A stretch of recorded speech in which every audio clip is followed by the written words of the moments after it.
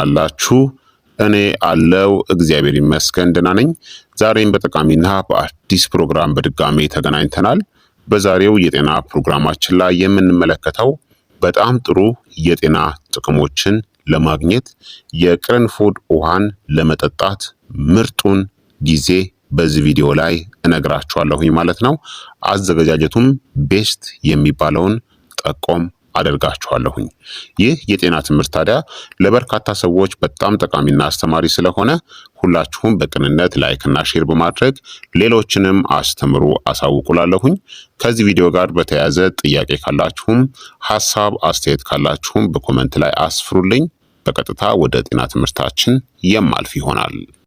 የቅርንፉድ ውሃን መጠጣት እንደምታውቁት እጅግ በጣም በርካታ የሆነ ጠቀሜታዎችን ይሰጠናል።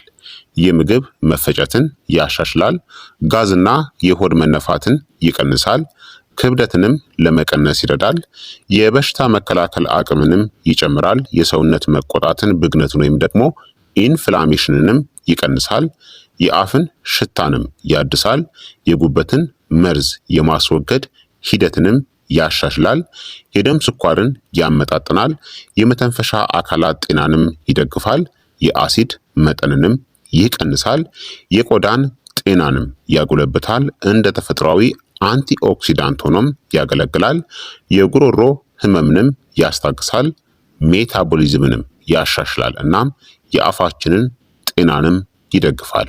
በጣም በርካታ ጥቅሞችን ይሰጠናል። ታዲያ ለተሻለ ጤና እናም ከፍተኛ የሆነ ጥቅሙን ለማግኘት የቅርንፉድ ውሃን ለመጠጣት ምርጡን ጊዜ ልንገራችሁ። የመጀመሪያው ጠዋት ቀደም ብሎ በባዶ ሆድ ነው። ይህ በአጠቃላይ በጣም ምርጡ ጊዜ ነው። የቅርንፉድ ውሃን ጠዋት ከእንቅልፋችሁ እንደተነሳችሁ መጀመሪያ ላይ መጠጣት ጠንካራ የሆነ ጥቅሞቹን ይሰጣል። ይህ ጊዜ ምርጥ የሆነበት ቀኑን ሙሉ የምግብ መፈጨትን ያፋጥናል፣ የሆድ መነፋትንና ጋዝንም ወዲያውኑ ይቀንሳል፣ ሜታቦሊዝምን እናም ስብን ማቃጠልን ያጎለብታል፣ በአንጀት ውስጥ ያሉ ጎጂ ባክቴሪያዎችንም ይገድላል፣ ኃይለኛ በሆኑ አንቲኦክሲዳንት ይዘቱ አማካኝነት የበሽታ የመከላከል አቅምንም ያጠናክራል። ጨጓራችሁ ታዲያ ስስ ካልሆነ ይህ በጣም ውጤታማው ጊዜ ነው። የጨጓራ ችግር ካለባችሁ በባዶ ሆድ አትጠጡ። ሁለተኛ ከቁርስ በፊት 30 ደቂቃ አስቀድማችሁ ነው። ይህ መጠነኛ የሆነ የጨጓራ ስሜታዊነት ላለባቸው ሰዎች በጣም ተስማሚ ነው። ጥቅሞቹም ጨጓራን ለምግብ መፈጨት ያዘጋጃል፣ ንጥረ ምግቦችን የመምጠጥ ሂደትንም ያፋጥናል፣ የአንጀት መርዛማነትን የማስወገድ ሂደትንም ያሻሽላል፣ የጠዋት አሲድንም ይቀንሳል። ሶስተኛ ከመተኛታችሁ በፊት ማታ ከ30 ደቂቃ በፊት አስቀድማችሁ ነው። መረጋጋት ወይም ደግሞ የእንቅልፍ ጥቅሞችን ለሚፈልጉ ሰዎች በጣም ጥሩ ነው። ጥቅሞቹም የምግብ መፈጨት ስርዓትን በጣም ያረጋጋል፣ የሌሊት የአሲድ መጠንንም ይቀንሳል፣ የጠዋት የሆድ መነፋትንም ለመቀነስ ይረዳል፣ በሌሊት የሚደረገውን የሰውነት መርዝን ማስወገድንም ይደግፋል፣ የእንቅልፍ ጥራትንም ለማሻሻል ሊረዳም ይችላል። ቅርንፉድ መጠነኛ የሚያረጋጉ ውህዶችን ይዟል። በማታ ለተሻለ ውጤት ለብ ያለ የቅርንፉድ ውሃን ተጠቀሙ። አራተኛ ከከባድ ምግብ በኋላ ነው። የምግብ መፈጨት ችግሮች ካሉባችሁ እንደ ጋዝ፣ የሆድ መነፋትና ቀርፋፋ የምግብ መፈጨት ችግር ካለባችሁ ከምግብ ከ20 እስከ 30 ደቂቃዎች በኋላ የቅርንፉድ ውሃን ጠጡ። ጥቅሞቹም የምግብ አለመፈጨትን ይቀንስላችኋል፣ ምግብም በፍጥነት እንዲፈርስም ይረዳል፣ እንዲሁም ጋዝ እንዳይፈጠርም ይከላከላል። በአጠቃላይ እንደ ግባችሁ ምርጡን ጊዜ መወሰን ትችላላችሁ። ለክብደት መቀነስ ከፈለጋችሁ ጠዋት በባዶ ሆድ ምንም የጤና ችግር ከሌለባችሁ ጠጡ።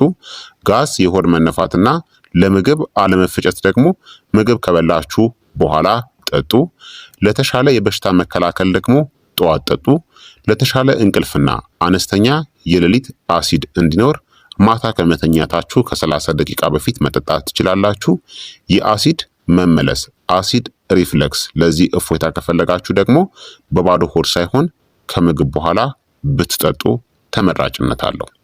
ታዲያ ምን ያክል የቅርንፉድ ውሃን መጠጣት ይመረጣል ካላችሁ ከ1 እስከ 2 ቅርንፉድን በሞቀ ውሃ ውስጥ ሌሊቱን ሙሉ ዘፍዝፉት። ከዛም በቀን 1 ኩባያ ብቻ ጠጡ። በቀን ከ3 ቅርንፉድ ፍሬ በላይ አትጠቀሙ። ጨጓራን ሊያበሳጭ ይችላል ማለት ነው።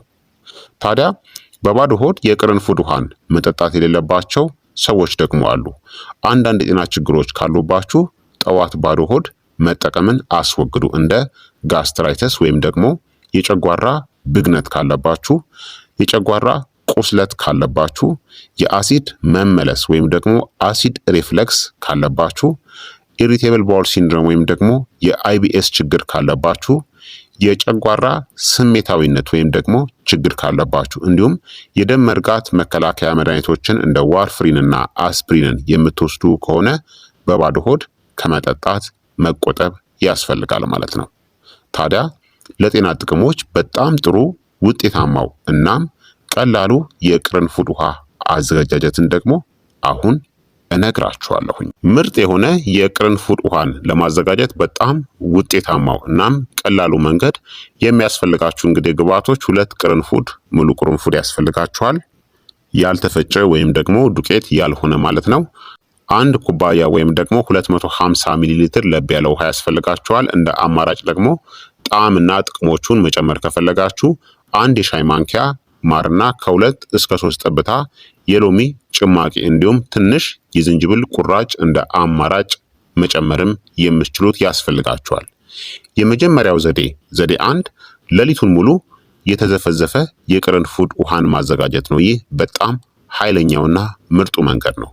ይህ ዘዴ ከፍተኛውን ንጥረ ነገር እናም የቅርንፉድ ዘይቱን ያወጣዋል።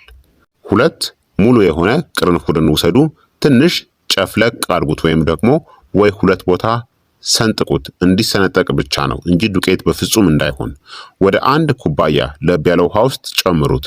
ሸፍኑት ወይም ደግሞ ክደኑትናም ሌሊቱን ሙሉ ከ6 እስከ 10 ሰዓታት ዘፍዝፉት። ከዛም ጠዋት ላይ አጥላችሁ በባዶ ሆድ ጠጡት። ጨጓራችሁ ስስ ከሆነ ከቁርስ በኋላ ጠጡ። የዚህ ዘዴ ጥቅሞች አንቲ ኢንፍላማቶሪ ውጤቶችን ይሰጠናል፣ ብግነትን ይከላከላል፣ ለምግብ መፈጨትና ለሆድ መነፋትም በጣም ምርጥ ነው። ኃይለኛ የሆነ አንቲኦክሲዳንቶቹን ይሰጠናል። የቅርንፉድ ውህዶች የተሻለ መመጠጥም ይኖራቸዋል። ሁለተኛው ዘዴ 2 ደግሞ በፍጥነት የተቀቀለ ወይም ደግሞ የፈላ የቅርንፉድ ውሃ ነው። ፈጣን ዘዴ እናም ውጤታማም ነው። ይህ ለሳል፣ ለጉንፋን፣ ለደረት መጨናነቅና ለምግብ መፈጨትም ጥሩ ነው። ከ2 እስከ 3 ቅርንፉድን ወደ 1 ኩባያ ውሃ ጨምሩ። ከዛም ከ3 እስከ 4 ደቂቃዎች በደንብ አፍሉት። ከዛም ትንሽ እንዲቀዘቅዝ ፍቀዱለት። ለብ እንዳለ ጠጡት። ጥቅሞቹም ለመተንፈሻ አካላት ችግሮች በጣም ምርጥ ነው።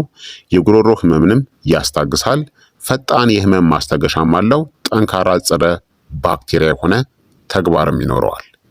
ዘዴ 3 ደግሞ ቅርንፉድ እናም ማር የጠዋት ቶኒክ የሆነ መጠጥ ነው። ለክብደት መቀነስ በጣም ምርጥ የሆነ 2 ቅርንፉድን ሌሊቱን ሙሉ ዘፍዝፉ።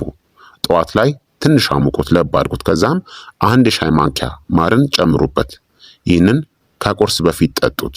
ሜታቦሊዝምን ያፋጥናል፣ የምግብ ፍላጎትን ይቀንሳል፣ ስብ ማቃጠልንም ይደግፋል እና የአንጀታችን ጤናንም ያሻሽላል። ዘዴ 4 ደግሞ የቅርንፉድ እናም የሎሚ ዴቶክስ መጠጥ ነው። ለመርዝ ማስወገድ፣ ለቆዳችን ጤና እናም ለበሽታ መከላከል ምርጥ የሆነ መጠጥ ነው። 2 ቅርንፉድን በውሃ ውስጥ አፍሉ። ትንሽ እንዲቀዘቅዝ ፍቀዱለት። ከ2 እስከ 3 ጠብታ የሎሚ ጭማቂን ጨምሩበት። ይህንን ለብ እንዳለ ጠጡት። ጥቅሞቹም መርዛማ ንጥረ ነገሮችን ያስወግዳል፣ የምግብ መፈጨትን ያሻሽላል፣ የበሽታ የመከላከል አቅምንም በከፍተኛ ሁኔታ ይጨምራል፣ የቆዳ ብርሃንንም ያጎናጽፋል። ታዲያ ዕለታዊ አስተማማኝ መጠን የምንለው በቀን 1 ኩባያ ብቻ ከጠጣችሁ በቂ ነው።